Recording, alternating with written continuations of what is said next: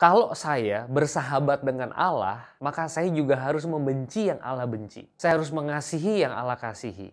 Hati-hati dengan berita penghiburan yang hangat, penuh cinta kasih yang kita berikan kepada orang.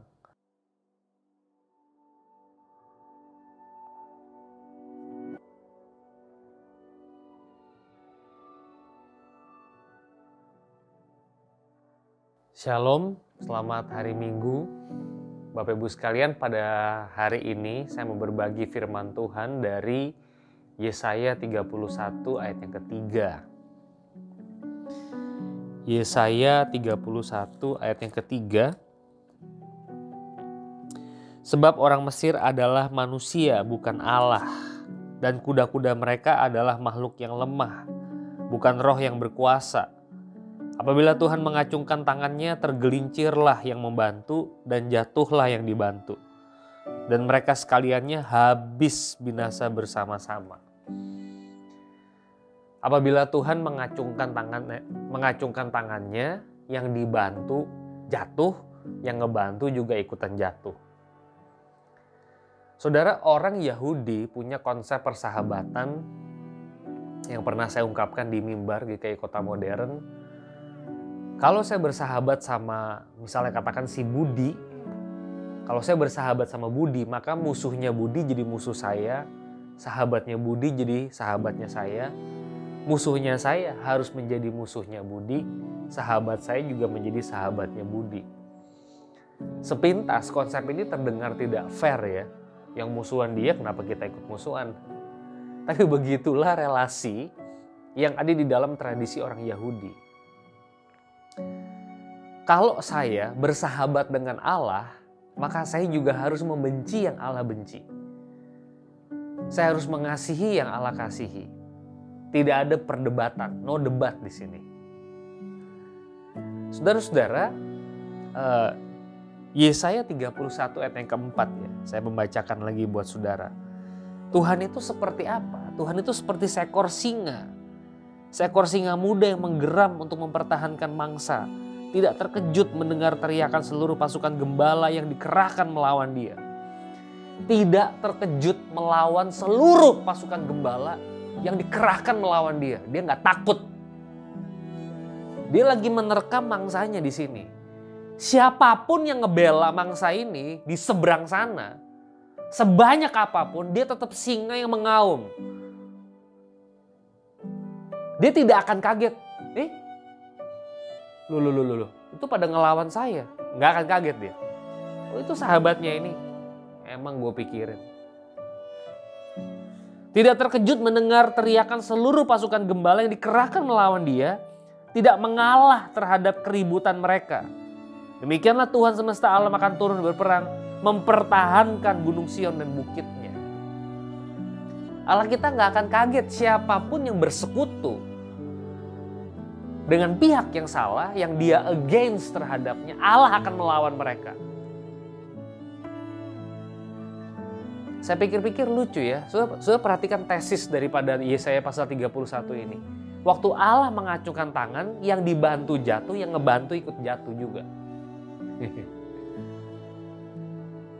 Saudara bayangin orang berbuat dosa.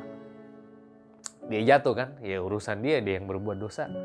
Tapi kita yang mau ngebantu dia, kita ikutan against melawan Allah. Itu mesti dipikirin. Saya jadi mengingat pepatah lama, saudara-saudara. Saya udah pernah menyampaikan ini lama sekali. Kalau ada orang hatinya lagi hancur, hati-hati. Biarin aja dia hancur, gak usah jadi penghibur sialan. Udah gak apa-apa, tenang aja. Semua orang melakukan kesalahan kok. Semua orang melakukan kesalahan kok. Gak apa-apa. Padahal Allah lagi berkenan sama dia. Dia lagi nangis, lagi hancur. Biarkan saja dia dalam tangisan kehancurannya. Kita pada waktu itu kita menjadi penghibur yang sialan. Kata Ayub. Teman-temannya Ayub itu.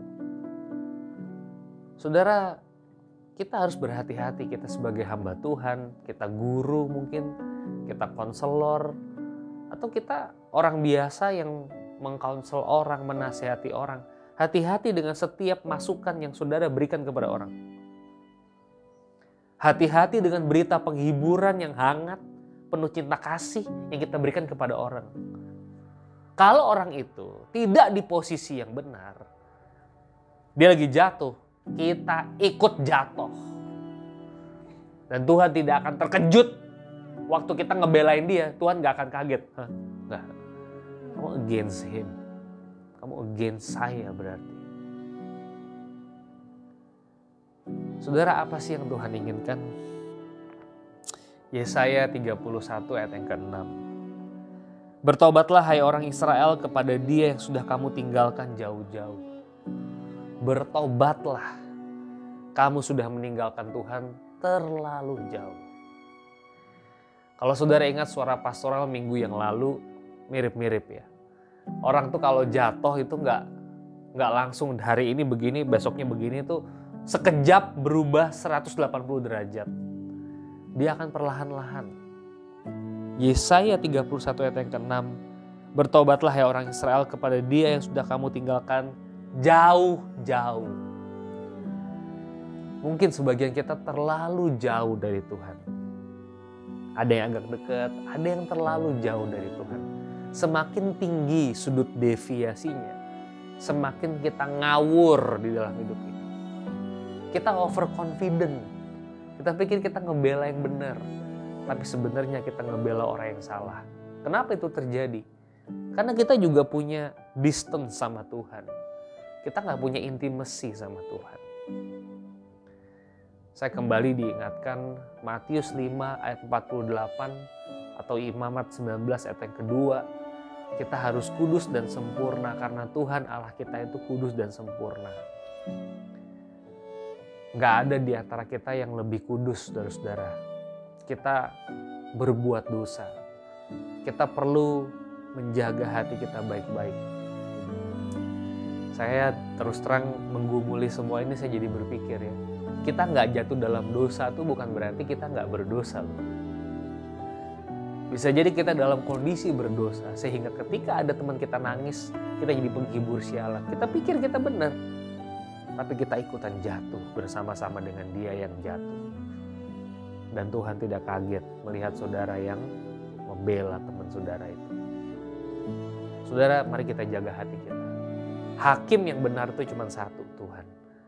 Kita perlu melekat dan dekat dengan dia. Baru kita bisa kasih komentar yang baik, berkenan, dan sempurna. Selamat menggumuli firman. Happy Sunday.